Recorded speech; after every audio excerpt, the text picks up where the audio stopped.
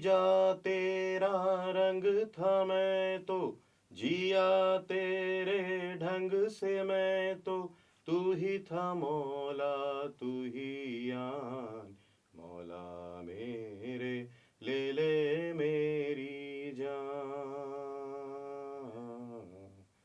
मौला मेरे ले ले मेरी जान, मौला मेरे ले ले मेरी जान। जब कोई शख्स इस सोच के साथ किसी चीज से जुड़ता है तो वास्तव में वो उसका जुनून ही बन जाता है। आज खुल के बात संदीप के साथ में एक ऐसा जुनूनी शख्स हमारे साथ है जिसने एक ऐसे खेल को अपना जुनून बनाया जो कि बहुत ज्यादा पॉपुलर हमारे देश में नहीं था, जूडो। जी, आज हमारे साथ हैं अंतर्राष्ट्रीय जूडो प्रशिक्षक एवं निर्णायक दीपक गुप्ता जी। दीपक जी, आपका खुल के बात संदीप के साथ में बहुत बहुत स्वागत और अभिनंदन। धन्यवाद आपका। सीधा सा एक सवाल आपसे जी, जूडो की शुरुआत कब से हुई?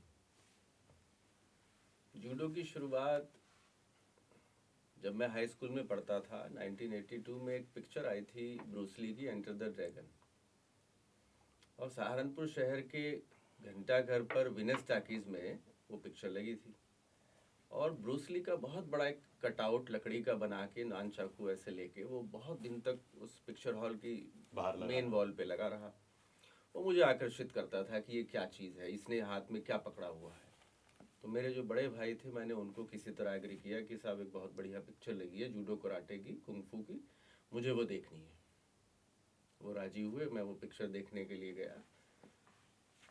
इस तरह की पिक्चर 1 घंटा 50 मिनट या 60-70 मिनट की होती हैं। जी।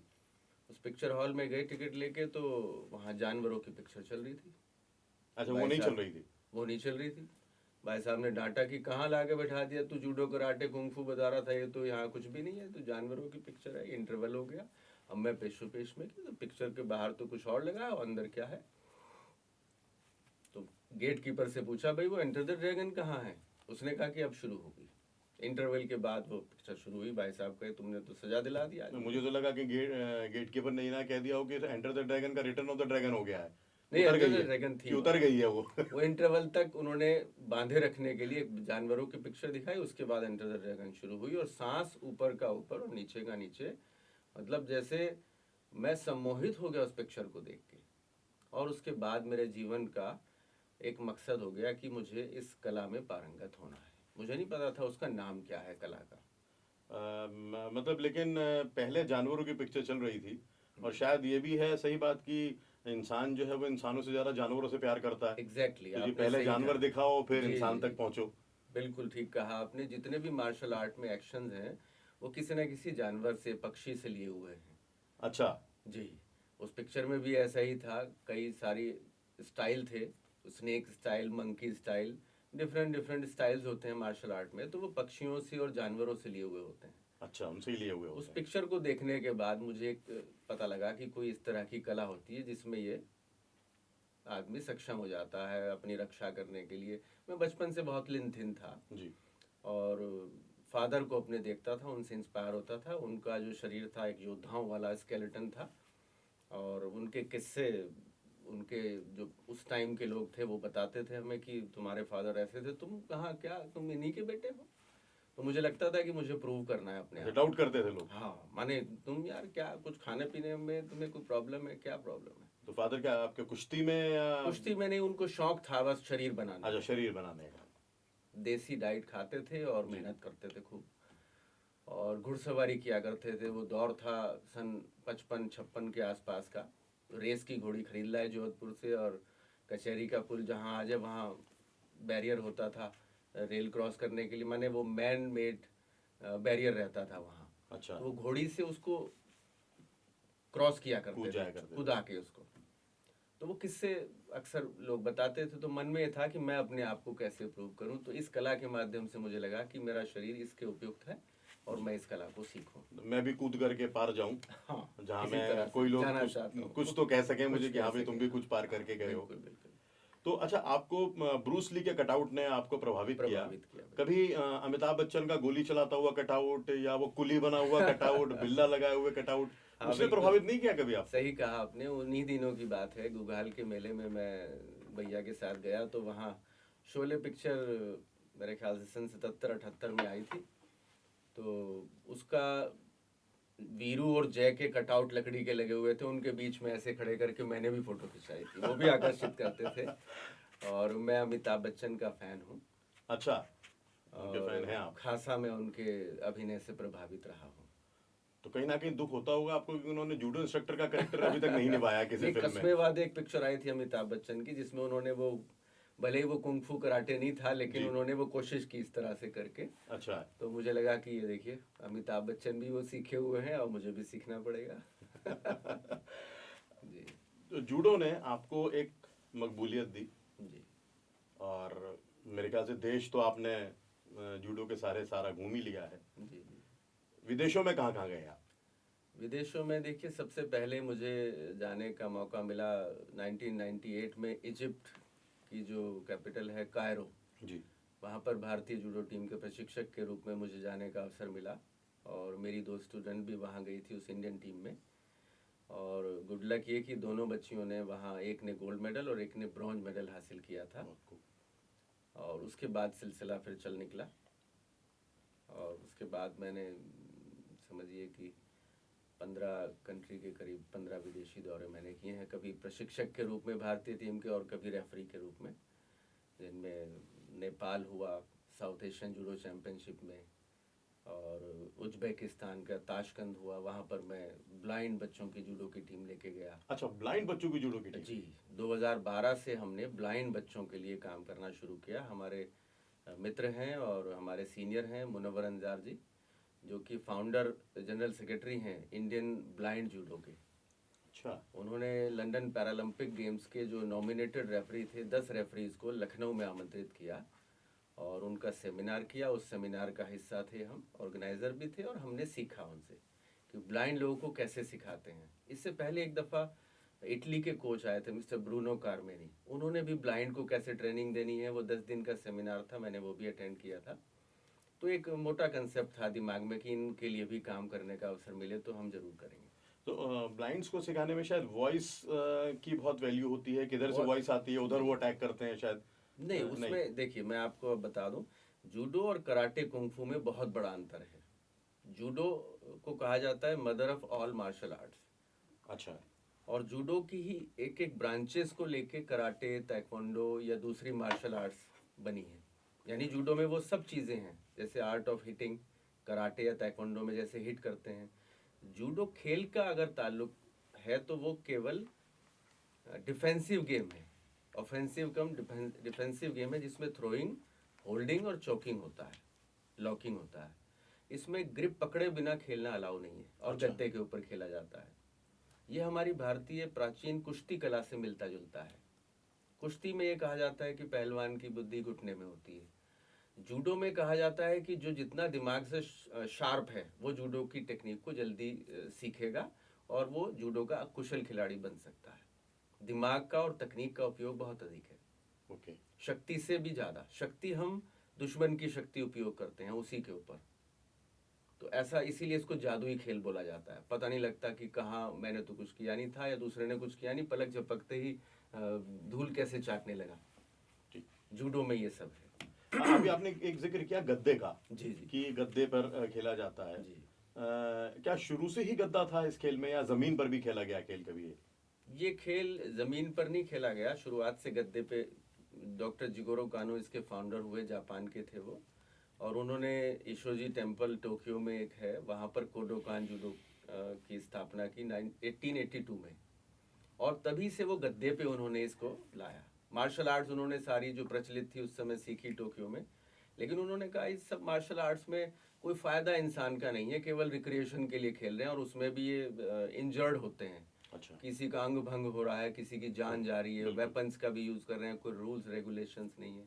तो उन्हें ये लगा कि एक ऐसा खेल इजाद किया जाए जिससे कि मानव सभ्यता को पल्लवित पुष्पित किया जाए और उसका भला हो, इस कंसेप्ट को लेके उन्होंने जूडो खेल को इजाद किया, जिसका लिटरली मीनिंग है द जेंटल वे। आपको खेल के नाम से पता लगेगा, इसमें जेंटलनेस है और इसमें कर्टसी है, यानी जो जिसको थ्रो करता है उसके बाद भी वो उसको सपोर्ट करता है कि इसको इंजरी ना हो। तो ये जूडो खेल की खूबसूरती है। ब्लाइंड जो होते हैं वो कैसे खेलते हैं इसको? ब्लाइंड को देखिए, ऐसे हम जूडो की नॉर्मल बच्चों की क्लास करेंगे तो हम 100-200 बच्चे की भी क्लास एक कोच ले सकता है, लेकिन अगर ब्लाइंड की बात करेंगे तो 5 बच्चे की क्लास लेने में भी बहुत कठिनाई होती है, क्योंकि वो बिल्कुल स्पर्श करके उनको और कमांड दे करके और टच करके ही बताया जा सकता है। बहुत मुश्किल काम है और सबसे बड़ी धैर्य का काम है। उनके साथ आप खिंचिया नहीं सकते, उनको आप डांट नहीं सकते, वो बहुत टची होते हैं। जो ब्लाइंड बच्चे हैं हम उनको स्पेशल बच्चे कहते हैं, ब्लाइंड नहीं कहते। तो वो स्पेशल बच्चे बहुत टची होते हैं, संवेदनशील होते हैं, और जब हम उनको ट्रेनिंग देते हैं तो वो हमसे इस कदर जुड़ जाते हैं कि वो हमें बहुत प्यार देते हैं। टच करेंगे, छुएंगे, ऐसे सूंघेंगे, प्यार करेंगे। तो वो एक अलग एक्सपीरियंस है मेरे जीवन का। यहाँ पर मैंने ब्लाइंड स्कूल में सिखाना शुरू किया तो मुझे बड़ा अच्छा लगा और उसको कैरी ऑन किया मैंने। अभी आपने एक शब्दावली यूज करी थी कि मानव सभ्यता को पुष्पित जी। पल्लवित किया गया। जी। तो इतनी शुद्ध भाषा का उपयोग भी क्या जूडो सिखाते समय करते हैं कि हे छात्र इसके पृष्ठभाग को ऊर्ध्वाकार बनाते हुए क्या इस तरह की भाषा का उपयोग करते हैं आप जूडो बड़ा सिखाते अच्छा समय? प्रश्न किया आपने, ये मेरा शौक है। अच्छा, बहुत सारे लोग अंग्रेजी से प्रभावित हैं। तो बच्चे तो बड़े कंफ्यूज हो जाते होंगे। नहीं होते। नहीं होते। मैं अंग्रेजी और हिंदी को मिक्स करके भी बताता हूँ, लेकिन कोशिश ये रहती है कि वो हिंदी को अंडर एस्टिमेट ना करें। ये हमारी मातृभाषा है और इसको मानना मेरा ये है कि इंग्लिश से अधिक प्रभावित हिंदी भाषा में यदि कोई बात करेगा तो वो अधिक प्रभावित कर सकता है। आपकी बात से एक बात मेरे जहन में आई जी। कि जूडो की वजह से आप Korea, Japan, China, Indonesia, Malaysia, ना जाने कितने मुल्कों में यात्रा कर चुके हैं, और ये इन और भी आप मुल्कों में जा चुके हैं, लेकिन ये वो मुल्क हैं जो अपनी मातृभाषा पर बहुत गर्व करते हैं। आसानी से इनके जो नागरिक हैं उनसे आप अंग्रेजी नहीं बुलवा सकते। तो जब आप इन मुल्कों में गए तो वहां पर कोई भाषा की समस्या आई, कैसे कम्युनिकेशन हुआ? देखिए, दो बातें हैं। एक तो मैं जिस खेल से संबंधित हूँ उसमें एक यूनिवर्सल लैंग्वेज है जो जापानी लैंग्वेज है। ठीक। यहाँ हिंदुस्तान में भी जब हम जूडो सिखाते हैं तो सारी जैपनीज टर्म्स हम यूज़ करते हैं। हमारे जो ट्रेनीज हैं वो सब जैपनीज टर्म्स को समझते हैं। तो ये एक इंटरेस्टिंग पार्ट है जूडो खेल का।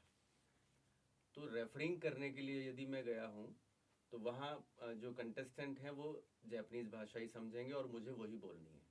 तो एक बात। दूसरी बात यह है कि जैसे मैंने जाके एयरपोर्ट पे मुझे कोई रिसीव करने आया तो उससे कम्युनिकेशन। जी जी जी। तो यूनिवर्सल लैंग्वेज वहाँ इंग्लिश काम आती है।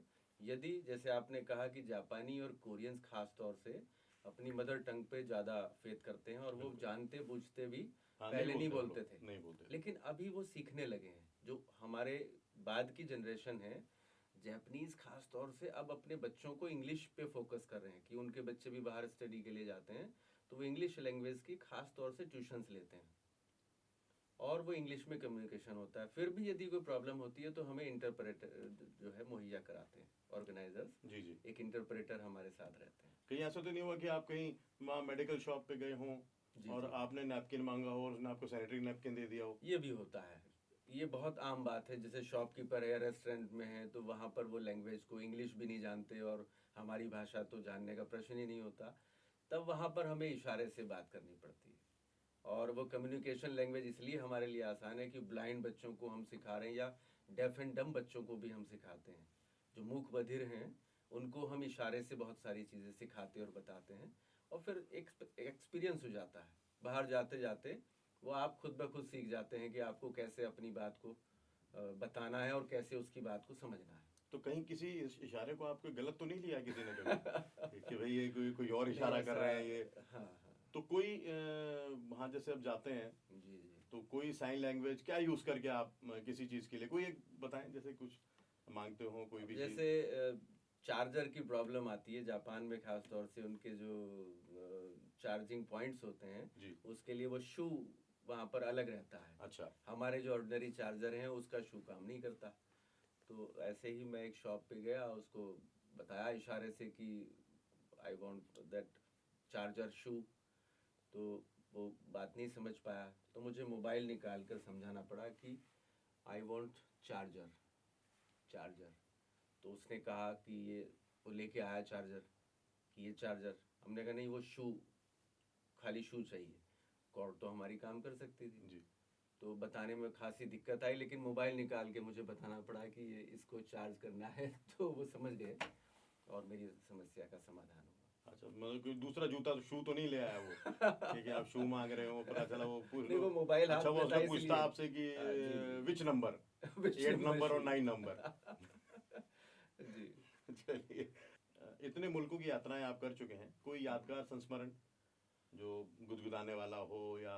लास्ट ईयर मैंने जापान में, जहाँ इस खेल का ओरिजिन हुआ, मक्का ऑफ जूडो कहते हैं, अच्छा। टोक्यो में टोक्यो। कोडोकान जूडो का हेडक्वार्टर है, वहाँ पर हमें जाने का सौभाग्य मिला। एक अंतर्राष्ट्रीय सेमिनार था वहाँ, और पैरा एशियन गेम्स जकार्ता के लिए रेफरीज का नॉमिनेशन भी वहीं होना था। तो उस सेमिनार को हमने उसी सेंटर में एक सप्ताह रहकर सेमिनार अटेंड किया, वहीं रहना खाना। तो वो हमारे लिए एक बहुत बड़ा एक्सपोजर था।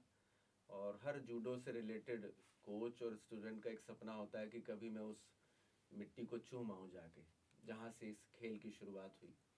तो वहाँ जब हम गए तो पहला ही दिन हमारा सेमिनार का था, और वी आर इन ए हरी, जल्दी में थे हम। तो कई मंजिला इमारत है वो, उसके हर फ्लोर पे डिफरेंट डिफरेंट डोजोज यानी जूडो हॉल हैं। तो एक, मुझे लगता है 5th फ्लोर पे हमारा सेमिनार चल रहा था। तो पता ये लगा कि 5th फ्लोर तक लिफ्ट नहीं जाती, और 4th फ्लोर तक लिफ्ट जाएगी, और वहीं पर आपको अपने बिलोंगिंग्स रखकर फिर सीढ़ियों से जाना है।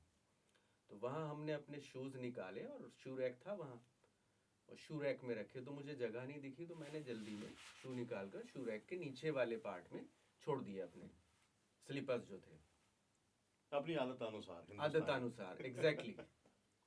ये एक मेरे लिए जीवन की लर्निंग थी। मेरे पीछे से एक बहुत सीनियर प्रोफेसर जूडो के वो आए, जापान की। जापान के, और उन्होंने वो मेरे स्लीपर्स हाथ से उठाकर स्माइली फेस के साथ मुस्कुराते हुए उसको रैक में रखा।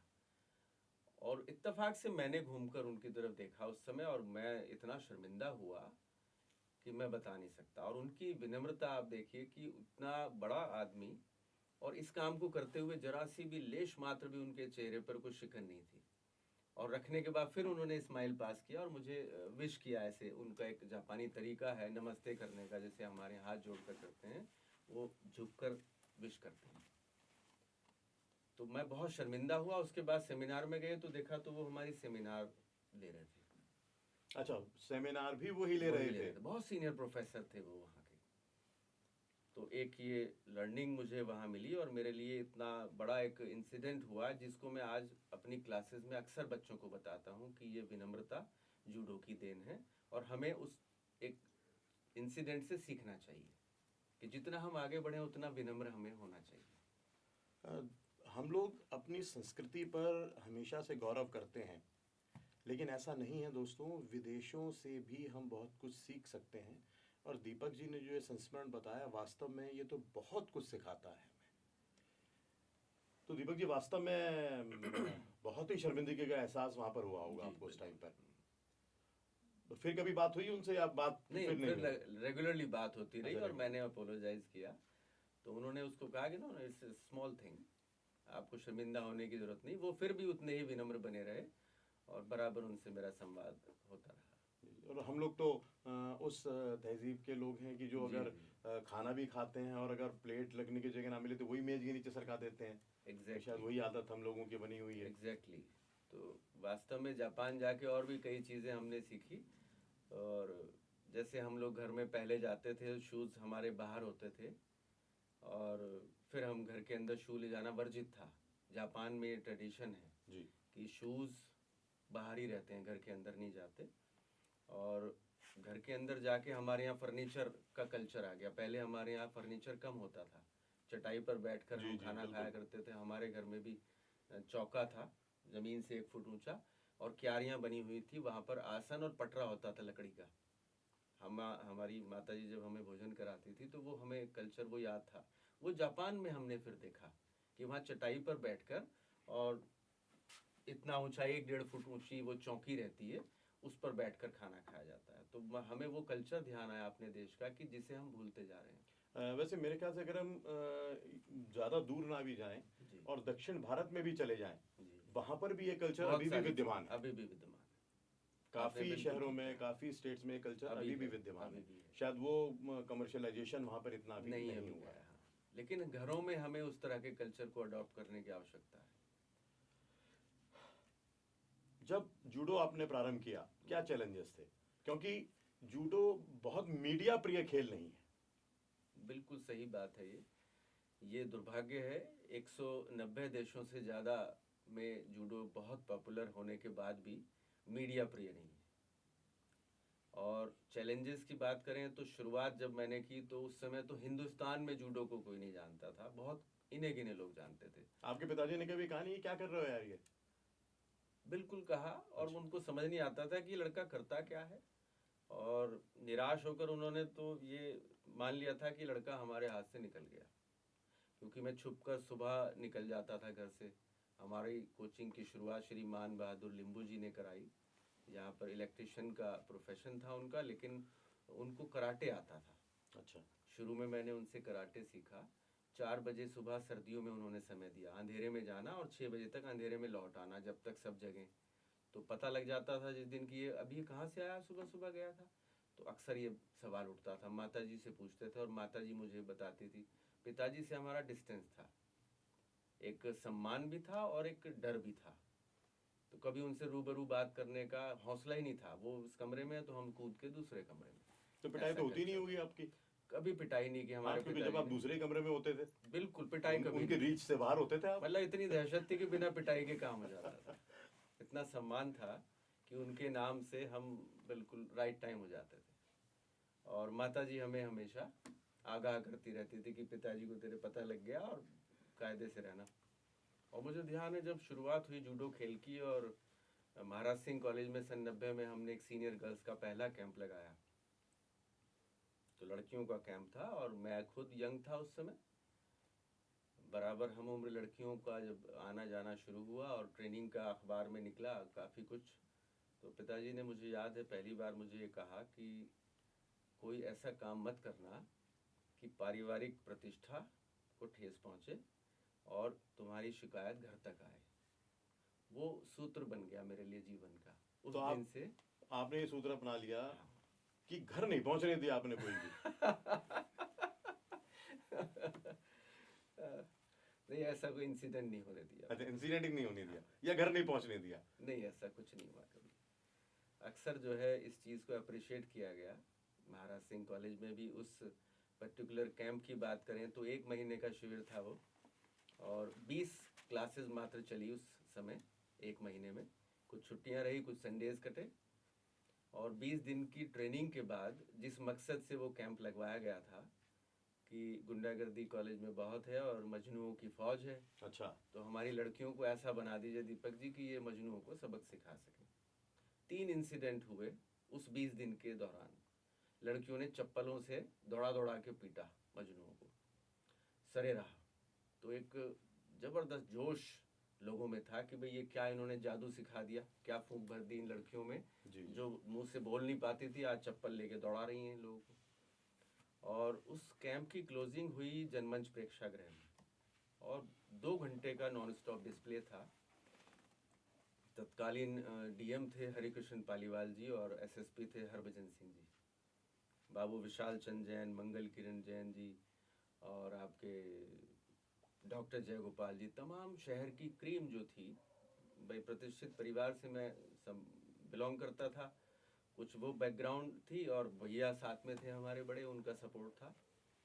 तो सब लोग को इनवाइट किया। 2 घंटे का उसमें डिस्प्ले हुआ। मैंने बर्फ़ की सिल्लियाँ 1-1 कुंटल की तोड़ी कोहनी से, तो हरभजन सिंह जी ने कहा कि ये तो पहले से टूटी हुई थी साहब, इसको मैं चेक करूंगा। तो हमारे फादर को बड़ा क्रोध आया और हाथ पकड़ के एसएसपी को स्टेज पर ले आए कि चेक करिए, पहले आप चेक करिए आप। मुझे लगा पता नहीं क्या हो रहा है। तो वो बाद में पता है फादर ने कि वो ऐसे कह रहे थे, मेरे बराबरी में बैठे थे। तो मैंने कहा आइए पहले चेक करिए, क्योंकि मैं प्रैक्टिस करता था नीचे अपने देखते थे घर वो। के नीचे, तो वो देखते थे। अच्छा, कोहनी सूज जाती थी जी। अक्सर। अच्छा, आप इतने पतले दुबले थे तो कोहनी भी आपकी बहुत ही नुकीली होंगी सर, इसलिए भी टूट गई होंगी। नहीं। नुकीली थी नो डाउट, लेकिन मसल पावर और एक इनर पावर चाहिए होती है, और वो नियमित अभ्यास से ही संभव है। आपसे प्रशिक्षण लेने के बाद जी उन लड़कियों ने मजनू की पिटाई करी, जी। तो वो मजनू का गैंग तो आपके खिलाफ हो गया होगा।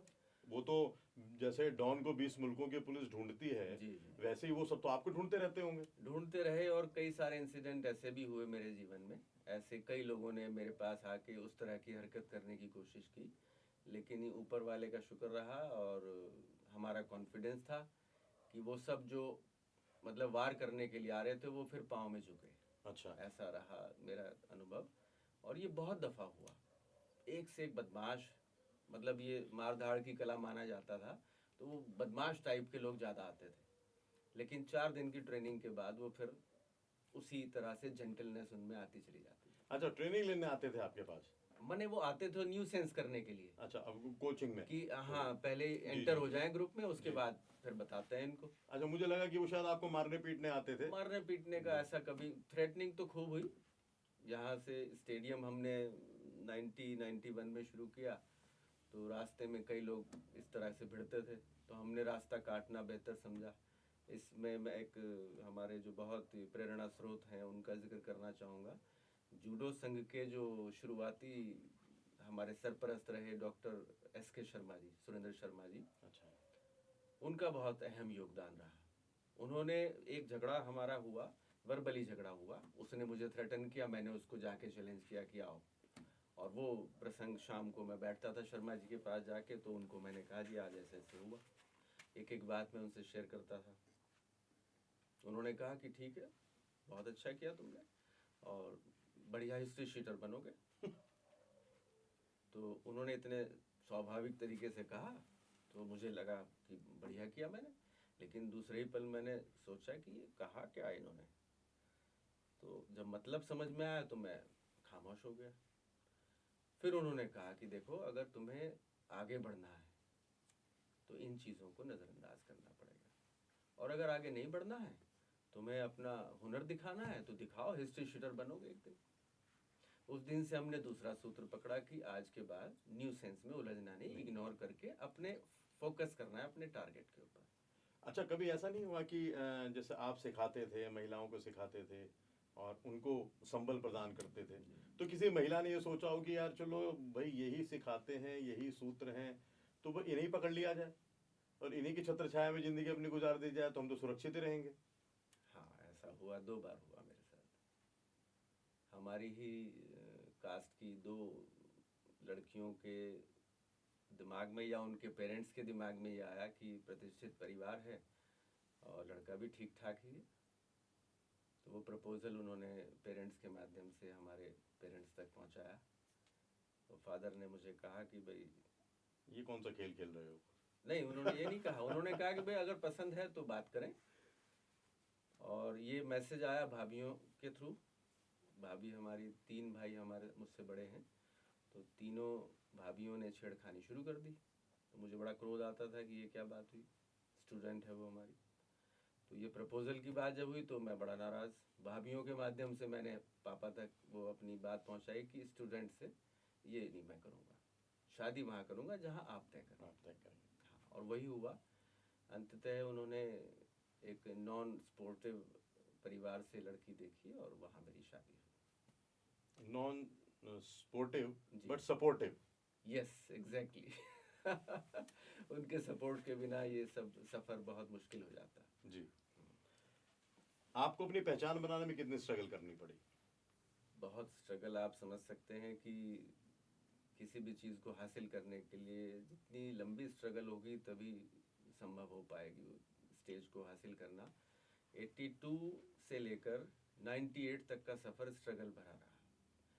जब 98 में पहली बार भारतीय जूडो टीम के प्रशिक्षक के रूप में मैं विदेश गया, तब से समझिए एक पहचान बनी और घर वालों को ये विश्वास हुआ कि अब ये लड़का कुछ कर रहा है। उससे पहले तक वो स्ट्रगल ही था। जब भी मैं कहीं बाहर जाता तो एक क्वेश्चन मार्क होता कि अब फिर चल दिए, बैग लगाया फिर चल दिए, हमेशा यही रहता था। बिजनेसमैन फैमिली थी कि दुकान पे नहीं बैठना, प्रेस में नहीं बैठना, फिर चल दिए। अक्सर ये मुझे जो है फेस करनी पड़ी चीज़ें, और बाहर भी फेस करनी पड़ी, क्योंकि मैंने घर से कोई फाइनेंशियल सपोर्ट मैं लेता नहीं था। मुझे हमेशा लगता था कि मैं दे क्या रहा हूँ जो मैं घर से मांगूँ। लो। तो वो अरेंज करना उस समय वो बहुत बड़ी एक चैलेंज मेरे लिए होता था। लेकिन समय के साथ और सपोर्ट के साथ, स्टूडेंट ने भी सपोर्ट किया, दोस्तों ने भी सपोर्ट किया, फैमिली ने भी सपोर्ट यथासंभव किया। माता जी हमारी ज़रूर 100-200 रुपये ज़रूर मुझे जाते हुए ज़बरदस्ती देती थी।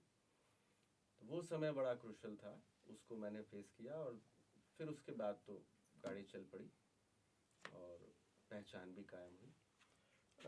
हमें पता चला कि आपका जो मनपसंद शौक है जी वो है पुराने गाने सुनना और गाना।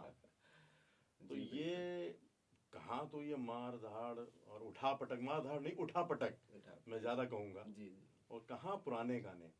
तो कब तो समय मिलता है आपको, या कैसे समय निकालते हैं इसके लिए? इसके लिए समय देखिए, यात्राएं बहुत करनी पड़ती हैं हमें। हाँ। टूर्नामेंट के सिलसिले में अक्सर लंबी जर्नी करनी पड़ती हैं। इंडिया में बाय ट्रेन भी जाते हैं ज़्यादातर। तो उस समय हमें समय मिलता है, या फ्लाइट में है तो वो पुराने गाने उस समय सुने जाते हैं।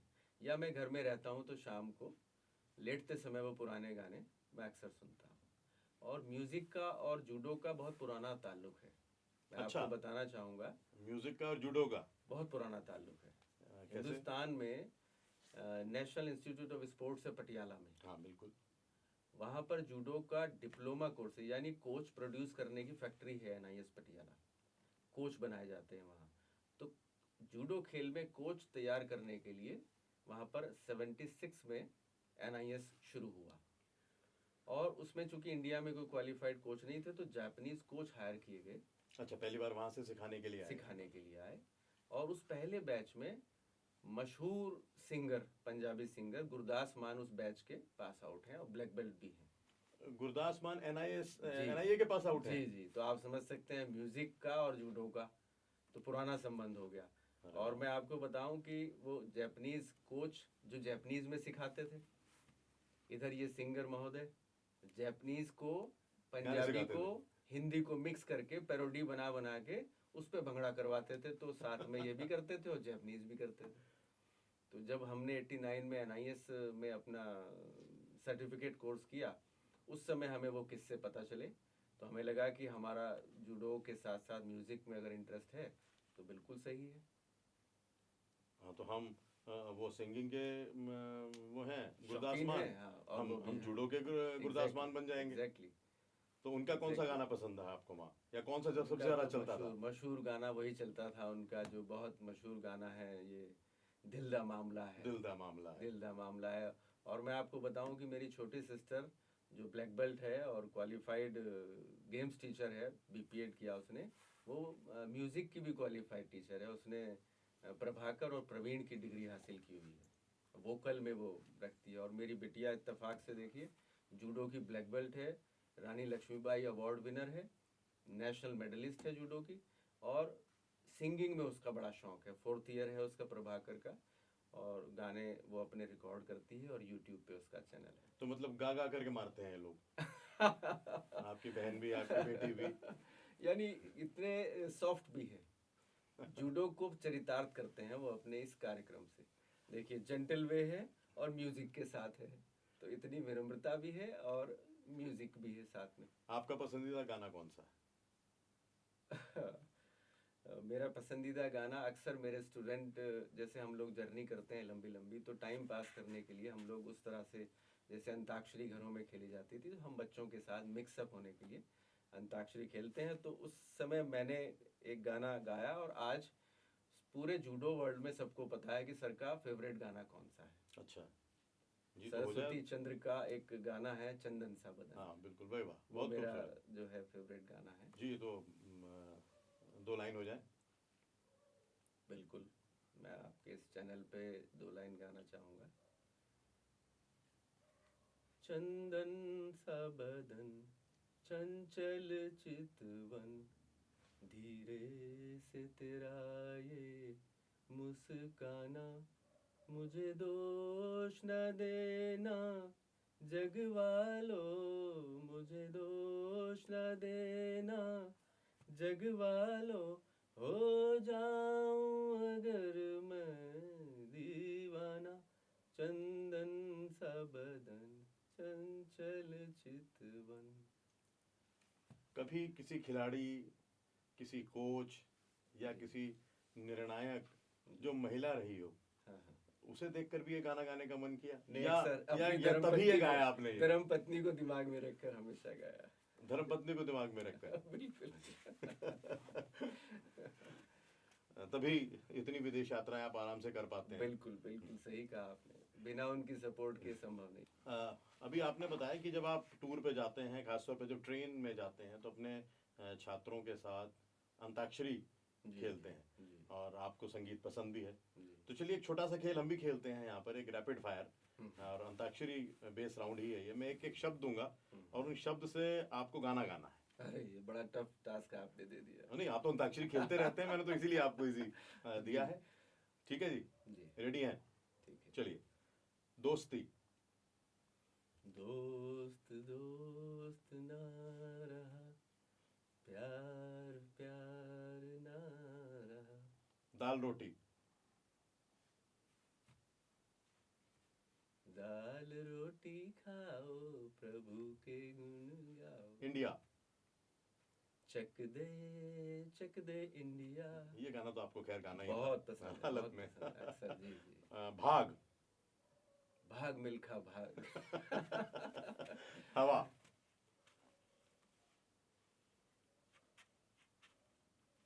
बस। सफर। जिंदगी का सफर है ये कैसा सफर। फूल। फूल तुम्हें भेजा है खत में, फूल नहीं मेरा दिल है। दिल। दिल विल प्यार व्यार मैं क्या जानू रे। यकीनन आपका गानों से, संगीत से बड़ा अच्छा संबंध है, शुक्रिया शुक्रिया। और बच्चे भी इसलिए आपसे संगीत में ही जुड़ो सीखते होंगे। जी बिल्कुल, अक्सर हम बैठते हैं इस तरह से, बड़ा फैमिलियर हमारा ग्रुप रहता है। बच्चे हमसे बिल्कुल दिल से जुड़े हुए रहते हैं और अपनी हर बात शेयर करते हैं। वो इसी वजह से कि हम उनके साथ इस तरह की चीज़ें करते रहते हैं। हर सैटरडे को मैं आपको थोड़ा सा बताना चाहूँगा कि एक हम पर्सनैलिटी डेवलपमेंट क्लास करते हैं। 5 दिन ट्रेनिंग रहती है, छठे दिन हम लोग बैठकर इनफॉर्मल बातचीत करते हैं और हर बच्चे से उसकी बात सुनने के लिए उसको खड़ा करते हैं कि 2 मिनट आपको बोलना है, जो भी आपके अंदर है।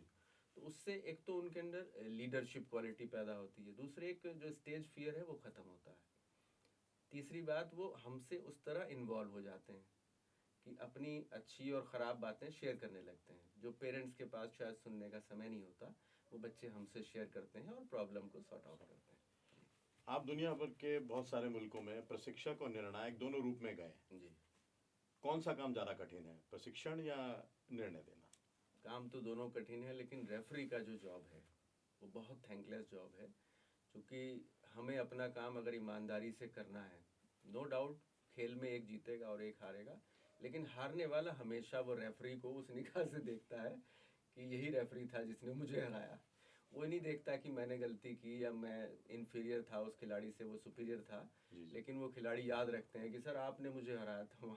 अच्छा, 19 और खासतौर पे जो 19-20 के मामले रहते हैं, वहाँ ज़्यादा हाँ, परेशानी आती होगी। बहुत परेशानी होती है। और अगली बार अगर कहीं फिर आप मिलते हैं तो ये अरे यार ये तो फिर वही ये वही रेफरी आ गए फिर मेरी बाउट में। और मुझे याद है यूपी के खूब रिनोन्ड प्लेयर हैं, मैं नाम नहीं लेना चाहता, ऑल इंडिया पुलिस गेम्स में मैं एज ए रेफरी था। और वहाँ पुलिस गेम्स में क्या होता है कि जितने मिलिट्री पैरामिलिट्री फोर्सेज हैं उनके खिलाड़ी आते हैं और उनकी परफॉर्मेंस से उनका प्रमोशन प्रभावित होता है। अगर वहाँ उनकी परफॉर्मेंस अच्छी रही, मेडल आया, तो उनको आउट ऑफ टर्न प्रमोशन मिलता है। तो वहाँ वो जी जान लड़ा देते हैं और हर कीमत पे जीतना चाहते हैं हर खिलाड़ी। तो बहुत टफ है वहाँ रेफरिंग। और सौभाग्य से 10 साल लगातार मैंने ऑल इंडिया पुलिस गेम में, हर साल होते हैं वो जी, लगातार 10 साल मैंने ऑल इंडिया पुलिस गेम्स में एज ए रेफरी फेडरेशन से नामित होने के बाद मैंने रेफरिंग का कार्य किया। तो यूपी के खिलाड़ी थे और उनको मैंने बाउट हुई, बहुत कांटे की टक्कर थी। और उस बाउट में मुझे जो लगा, आपने जैसा कहा 19-20 के मुकाबले में बड़ा कठिन होता है, लेकिन मुझे जो लगा मैंने उसको विनर डिक्लेयर किया। और उसके बाद उस यूपी के खिलाड़ी ने खूब चर्चा की कि साहब देखिए ये यूपी के होके भी। तो हमने कहा कोई बात नहीं, ये हमारा पार्ट ऑफ जॉब है, गाली खाने का काम है, हमें झोली फैला के गाली हम लेंगे। तो कभी हमने उसका बुरा नहीं माना, लेकिन बहुत टफ जॉब है। तकरीबन 32 साल का कैरियर आपका जी हो गया है जूडो में। जी। किसी बात का अफसोस? अफसोस यही है कि जूडो खेल को वो पहचान आज भी नहीं मिली। जूडो इतना, आप समझिए, फुटबॉल के बाद दुनिया का सबसे पॉपुलर खेल होने के बाद, फुटबॉल के बाद जूडो दूसरे नंबर पे है दुनिया में। अच्छा, वर्ल्ड में? जी, जो सबसे अधिक इंटरनेशनल फेडरेशन है जूडो की, और सबसे ज़्यादा देशों में खेला जाता है, सबसे ज़्यादा पॉपुलर। लेकिन हमारे देश में दुर्भाग्य से इसको वो पहचान नहीं मिल पाई। और इसके खिलाड़ी अब तो हालांकि मिलिट्री पैरामिलिट्री फोर्सेस में स्पोर्ट्स कोटे में भर्तियां चल रही हैं, लेकिन फिर भी और खेलों के मुकाबले इसको वो पहचान नहीं मिल पाई। ये अफसोस मुझे। ग्लैमर तो बिल्कुल भी नहीं है। ग्लैमर से तो बहुत दूर है। हमारे यहाँ बहुत रफ एंड टफ बच्चे ही टिक पाते हैं, सोफिस्टिकेटेड बच्चे नहीं रुक पाते, क्योंकि बहुत टफ गेम है। और टफ भी नहीं है, एंजॉय भी करते हैं, लेकिन वो खाली उसको एंजॉय करने के पर्पज से आते हैं, वो कैरियर एस्पेक्ट इसमें नहीं ढूंढ पाते। कैरियर के लिए वही बच्चे फिट होते हैं जो बिल्कुल रफ एंड टफ, और जिन्होंने फोकस किया कि मुझे तो निकलना ही है इसी खेल में और मुझे कुछ नहीं करना। और क्या ऐसा भी होता है कि जूडो के जो खिलाड़ी हैं जी, वो अपने बच्चों को जूडो नहीं सिखाते, कुछ और सिखाते हैं? नहीं ऐसा नहीं है। ऐसा नहीं? बच्चे के इंटरेस्ट की बात है। जैसे मेरी बेटी भी जूडो करती है और बेटा भी जूडो करता रहा। ऐसे कई फैमिलीज हैं, लेकिन हाँ अपवाद हैं हर जगह। बच्चे का इंटरेस्ट नहीं है तो जबरदस्ती उसको नहीं सिखाया जा सकता। स्पोर्ट्स वर्ल्ड एक बहुत बड़े उस पर धब्बा एक है, डोपिंग। जूडो में भी सामना करना पड़ता है आपको डोपिंग से?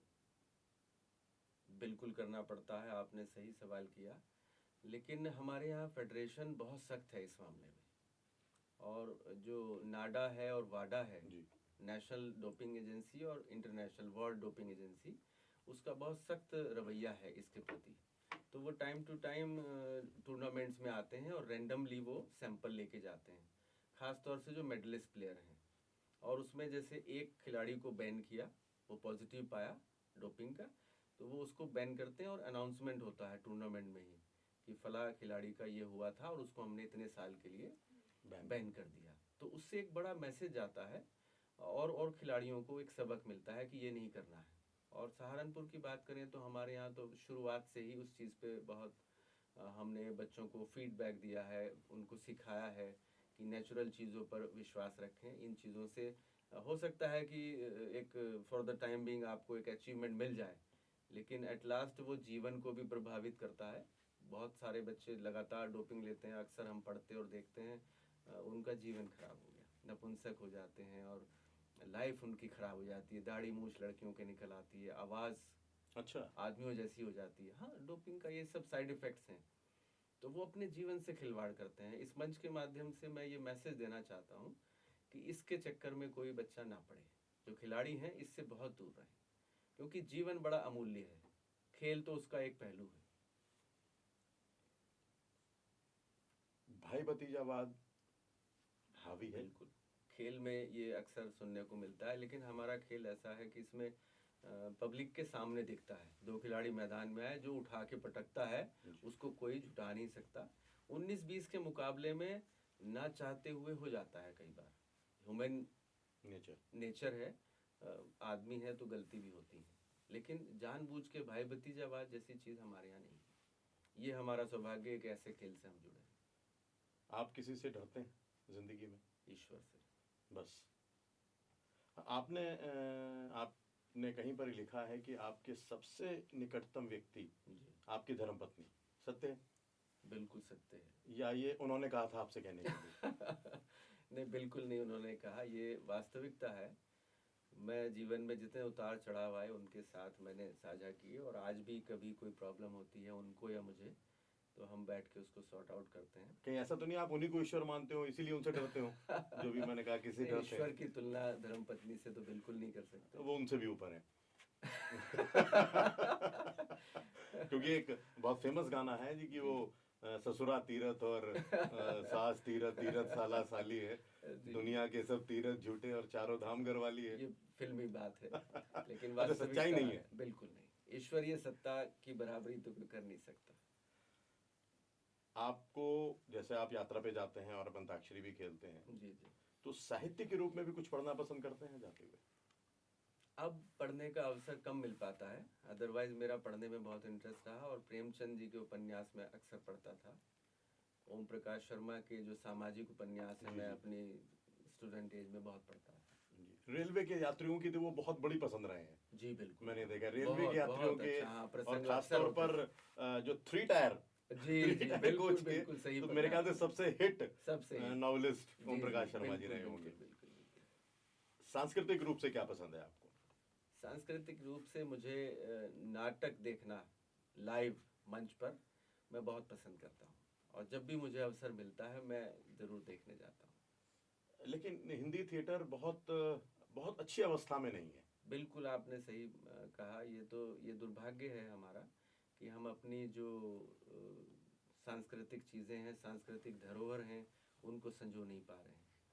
तो मैं ये भी इस मंच के माध्यम से कहना चाहूँगा कि इसको प्रोत्साहन की ज़रूरत है, और आम लोगों को मैं फिल्मों का विरोधी नहीं हूँ, लेकिन जो लाइव परफॉर्मेंस कर रहा है थिएटर में, उस आर्टिस्ट की जो कला है उसको ज़रूर अप्रिशिएट हमें करना चाहिए, उसको ज़रूर सम्मान हमें देना चाहिए थिएटर तक जाकर। ये बहुत ज़रूरी है। एक बात और आपके बारे में पता चली कि आप सात्विक भोजन बहुत पसंद करते हैं, और बिल्कुल सही पता लगी। काम आपका जो है वो जूडो उठापटक, जी जी। जिसको अगर हिंसक तो मैं नहीं कहूंगा, हम्म। लेकिन एग्रेशन, फुल ऑफ एग्रेशन, जबकि सात्विक खाना जो है वो शांति की तरफ लेकर के जाता है, तो ये मेल कैसा? बिल्कुल सही आपने कहा। एक जो धारणा है वो यही है कि हमारे खेल में उत्तेजित होकर करना है, लेकिन ऐसा बिल्कुल नहीं है। मैंने आपको जैसा बताया कि जूडो का जो लिटरली मीनिंग है वो है जेंटल वे, जी, द जेंटल वे। और इसमें जितना काम होके, जितना शांत होके खिलाड़ी खेलता है, उतना ही सक्सेस होता है। जो एग्रेशन के साथ खेलता है वो हमेशा गलती करता है, ओके। और वो हमेशा हार का मुंह देखता है। तो शुद्ध सात्विक भोजन में ताकत नहीं है, ये भी नहीं आप कह सकते। जितनी ताकत सात्विक भोजन में है, तामसिक में नहीं है। मेरा दृढ़ विश्वास है कि जितनी चीज़ें ईश्वर ने धरती पर खाने के लिए बनाई हैं, इतनी वैरायटी ऑफ फूड्स है हमारे यहाँ, खास तौर से हिंदुस्तान में। मैंने विदेशों में इतनी जगह देखा, कहीं कोई वैरायटी ऑफ फूड्स नहीं है जितनी हिंदुस्तान के अंदर है। हर 3 महीने के सीज़न के बाद सब्जियां चेंज हो जाती हैं, फल चेंज हो जाते हैं, ड्राई फ्रूट्स हैं, सर्दी में ये खाना है, गर्मी में ये खाना है। तो इतना वैरायटी ऑफ फूड्स है, तो हमें कभी तामसिक की तरफ देखने की आवश्यकता ही नहीं पड़ी। और मैं विदेश भी जाता हूँ तो मैं वहाँ पर भी, आप यकीन मानेंगे, हर जगह प्रॉब्लम होती है। मैं जैन वेजिटेरियन फूड ऑर्डर करता हूँ, फिर भी मैं बहुत देखभाल के खाता हूँ, और मेरी पहली पसंद रहती है सलाद और फ्रूट्स। ये 2 चीज़ों पर मैं फोकस करता हूँ। ड्रिंक में मैंने फ्रूट जूस और दूध, 2 चीज़ें मैं पसंद करता हूँ। तो कभी ऐसा तो नहीं हुआ कि आपने ऑर्डर किया हो कि चिकन बिना प्याज के आ गया हो? ये बहुत हुआ, ये कई दफ़ा हुआ मेरे साथ, लेकिन ये अच्छा गुड लक था मेरा। अक्सर ऐसी यात्राओं में मेरे जो बहुत करीबी दोस्त हैं और हमारे सीनियर हैं मुनव्वर भाई, वो मेरे साथ रहे, तो मैं अक्सर उनको कहता था कि ज़रा आप टेस्ट करके बताइए पहले, इसमें नहीं है तो मैं खाऊं। एक बार उन्होंने मजाक मुझसे की, इजिप्ट में जब हम लोग थे तो रेस्तरां में वो एक डिश आई बाउल में, और मुझे उन्होंने मजाक में मेरे आगे सरका दी कि ये वेजिटेरियन है, कोफ्ते हैं, लौकी के कोफ्ते हैं ये। और मैं उसको स्पून लेके जाने वाला था, तो उनके चेहरे पर हंसी देखकर मैंने वो वापस रख दिया, और वो वही हुआ, मेरा जो डर था वो सही साबित हुआ, और मेरा जो है धर्म बिगड़ने से बचा। नहीं तो मेरे लिए एक बड़ी एम्बेरसिंग स्थिति हो जाती। मैं एक ऐसे परिवार से ताल्लुक़ रखता हूँ जहाँ शुद्ध सात्विक खाना खाया जाता है। भविष्य की क्या योजना है दीपक जी? भविष्य की योजनाओं तो बहुत सारी हैं, लेकिन एक मेरा मूल उद्देश्य है कि इतने सालों के बाद मैं अब चाहता हूं कि सहारनपुर में एक ऐसी एकेडमी की स्थापना की जाए। आवासीय हो, और बहुत सारे बच्चे हमें संपर्क करते हैं अपने यूपी स्टेट के भी और स्टेट से बाहर के भी, जो मुझसे सीखना चाहते हैं, लेकिन मेरी मजबूरी है, मैं उनको यहाँ नहीं रख सकता, मेरे पास कोई आवासीय सुविधा नहीं है। तो एक आवासीय एकेडमी स्थापित करने का मेरा एक योजना है, ईश्वर करेगा कभी उस तरह के संसाधन उपलब्ध हो पाएंगे। तो मतलब आप बड़ा चाहते हैं कि प्रोजेक्ट पूरे उत्तर प्रदेश के, पश्चिमी उत्तर प्रदेश के और आसपास के आसपास के प्रदेशों के स्टेट्स बच्चे भी हाँ हाँ, वो यहाँ पर उसमें आएं आकर और सीखें ट्रेनिंग लें, और जूडो की एक नई पौध तैयार तैयार हो सके। बिल्कुल जी। दीपक जी, कहा जाता है कि हर अच्छी बुरी चीज का एक समय मैसर होता है और वो एक समय के बाद आकर के उसको खत्म ही होना होता है। जी ऐसे ही हमारी ये जो गुफ्तगू थी, इसका भी एक समापन समय सीमा है, जी उसके अंतर्गत हमें समाप्त करना है। और बात करते करते हम लोग बिल्कुल कार्यक्रम के अंतिम चरण में आ गए हैं। जी और अंतिम चरण हम अक्सर संगीत में करते हैं, जिसमें अपने गेस्ट से रिक्वेस्ट करते हैं कि अपनी पसंद का, अपने करियर का, अपने चरित्र को दर्शाता हुआ कोई एक बेहतरीन सा नगमा जो आपको पसंद हो, उसे आप प्रस्तुत करें ताकि संगीत में प्रस्तुति हो। लेकिन उस प्रस्तुति से पहले मैं एक चीज़ के बारे में और पूछना चाहूँगा ताकि हमारे दर्शक भी जान सकें। ये जो बैज आपने लगा रखा है जी, ये क्या है, ये कैसे प्राप्त हुआ, इसकी क्या कहानी है? ये मेरे लिए एक अमूल्य वस्तु है जी। अंतर्राष्ट्रीय रेफरी का जब मैंने एग्ज़ाम पास किया कोरिया में 2012 में, तो वहाँ डिप्लोमा के साथ जो जूडो यूनियन ऑफ एशिया के डेलीगेट्स थे, उन्होंने मुझे ये अवार्ड किया था।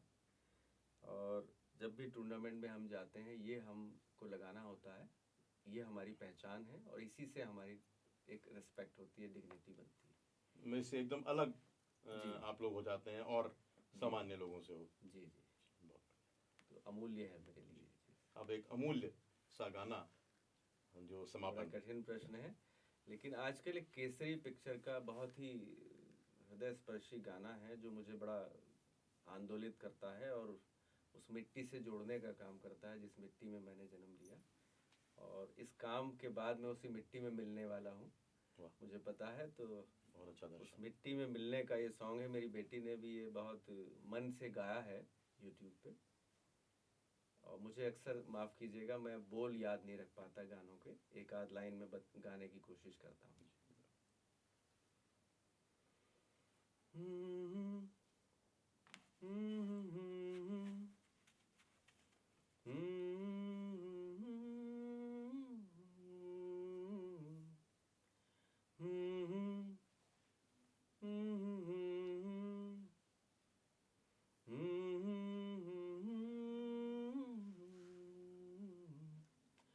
तेरी मिट्टी में मिल जावा, तेरी मिट्टी में मिल जावा, गुल बन के मैं मिल जावा। क्षमा कीजिएगा, मुझे बोल याद नहीं आ रहे, मैं बड़ा, मेरे रोंगटे खड़े हो गए इसको गुनगुनाने में ही। मैं इस गाने से बहुत बहुत प्रभावित चलिए हूँ। मैं आपका साथ देता हूँ इस गाने में, प्लीज क्योंकि गाना प्लीज बहुत बढ़िया है। जी।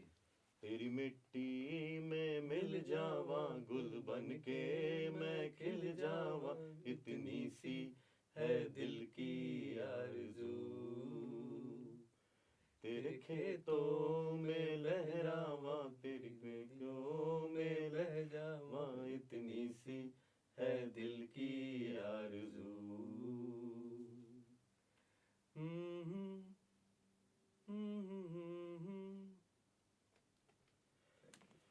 तेरी मिट्टी में मिल जावा, तेरे खेतों में लहरावा, है इतनी सी दिल की आरज़ू।